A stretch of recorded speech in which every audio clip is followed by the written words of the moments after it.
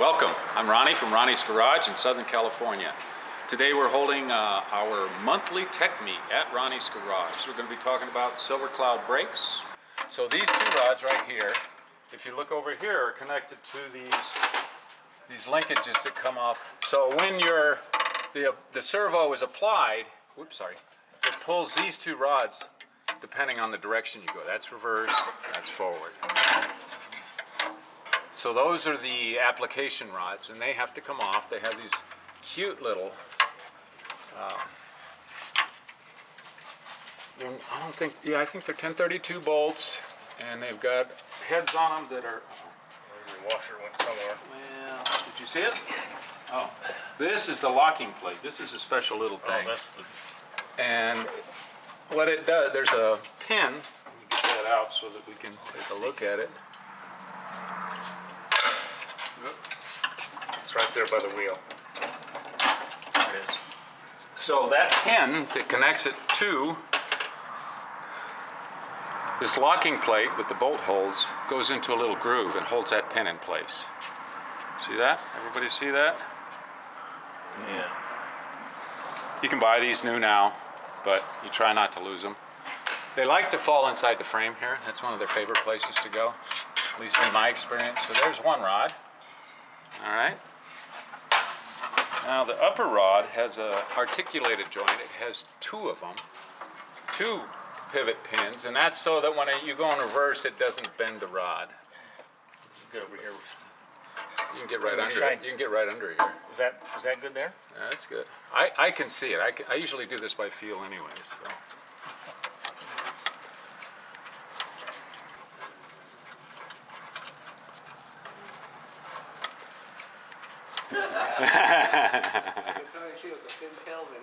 It's pretty wild, isn't it?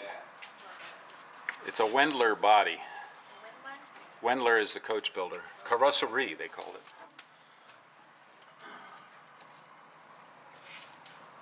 it. This is how I get my exercise, dropping things and bending over and looking for a half hour for that tiny little washer or bolt. Better than Pilates, right? I don't know, Pilates, there's a lot of good wildlife there.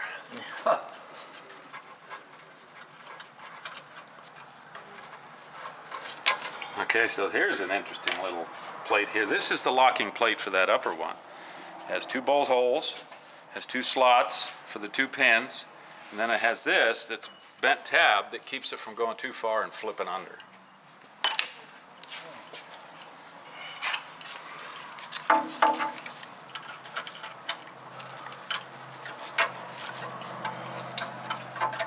Got it? There you go. All right. There's that one.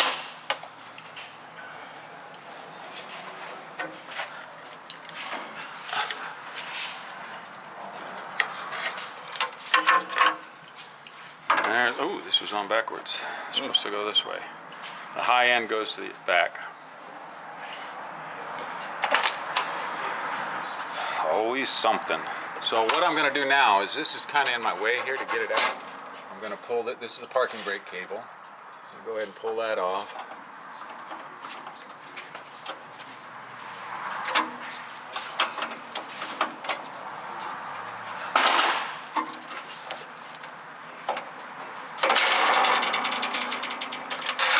Get this out of the way.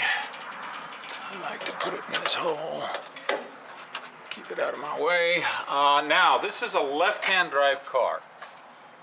So, what we have is the brake pedal is on the left side of the car, right? But the servo is over on the right side. Servo is on the right side of all the cars. So, they have to make a linkage that goes across. It attaches to this. I don't know if you can get up in there and see, but you can see it. It pulls the inner rod on the servo. And that's what engages The clutch. outer rod, is the one that goes back to the brake shoes. Okay? So what that does is the rear shoes are partial mechanical and partial hydraulic. So your brake pedal is not attached to the master cylinders or anything else. It's attached to the servo on two spots. One is to the apply part of the servo, and through that apply, it goes back to the rear shoes, and there are mechanical expanders. And that's what this parking brake cable comes in. It attaches to that rod also, so that you have a true handbrake, essentially. Silver Shadows do not have a handbrake, they have a parking brake. And so when you apply the brakes, what you do, that pedal is always hard. If you have no brake fluid in this car, your pedal is always hard on the Silver Cloud, and that really throws people off. But the brake pedal's hard. Why don't the brakes work? Because your hydraulics are all gone. So when you apply that brake pedal, since this is a left-hand drive, it's got all these other linkages, but it wants to apply that clutch. But it can't apply the clutch unless it has resistance. That resistance is back at the back wheels. So if the rear wheels are not adjusted properly, you're going to have a lower pedal because it takes longer. It has to start to apply, and that's the key. It has to start to apply the rear shoes before the servo's going to want to act. So once all the free play's out of this rod coming from the back, as you're applying the brake, and whatever free play's in the servo, once all that's gone, that's when you're applying your clutch. So that's where a lot of the cars, people say the brakes are scary, I don't like it in my garage, I almost run into things all the time. That adjustment is critical to get that quick application without them staying on all the time and smoking your brakes. It's a fine line. But that lag is located in this spot. Another place that you can get that lag is if these rods, it has these two rods, two master cylinders. So you have two rods, it has an equalizer, which is a kind of like a balancing pivot. And then you have the amount of free play between this apply and the master cylinder supply. So that's a critical one. I just had another one of their car from their collection. It was a beautiful car. 1960 Silver Cloud 2, Mulliner Park Ward drop head conversion. Original owner, Elizabeth Taylor. The story was Eddie Fisher was dating her back then. She was on location filming in Europe someplace. He bought the car and drove it to her. Gave it to her as a present.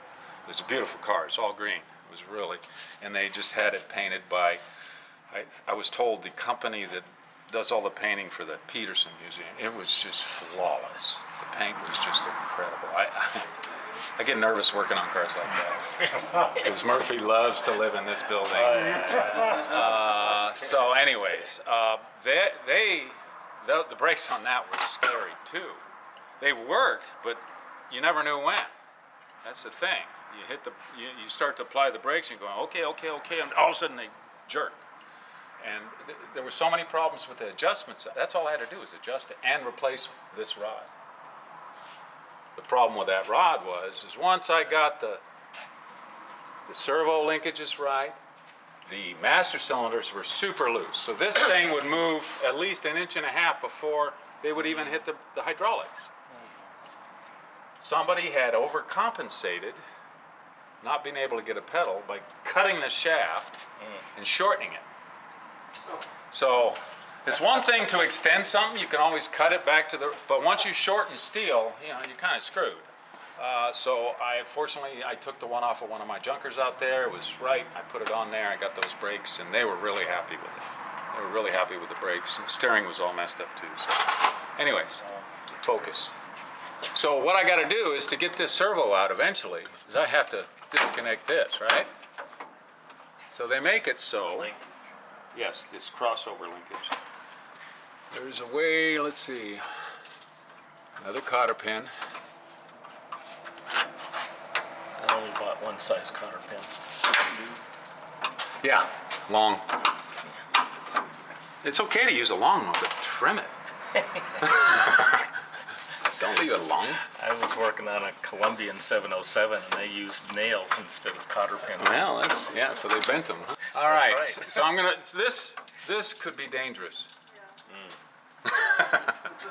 I'm gonna pull this off too, so I'm not gonna bump into it, or one of you, even worse. I'm used to injuries. So's Perry, huh? How you doing? Oh, good. Okay, so we've got to disconnect those two linkages on the top. It's kind of by feel, a lot of it. And those of you who are on the internet and you want to know how to do this servo job, I have a great video that is step-by-step, front to back, overhauling the complete servo. You got to pay for it. It's on Garage-O-Matic, but I guarantee you we're not going to touch on any of that here. I'm just going to take it apart and show you why it's not working.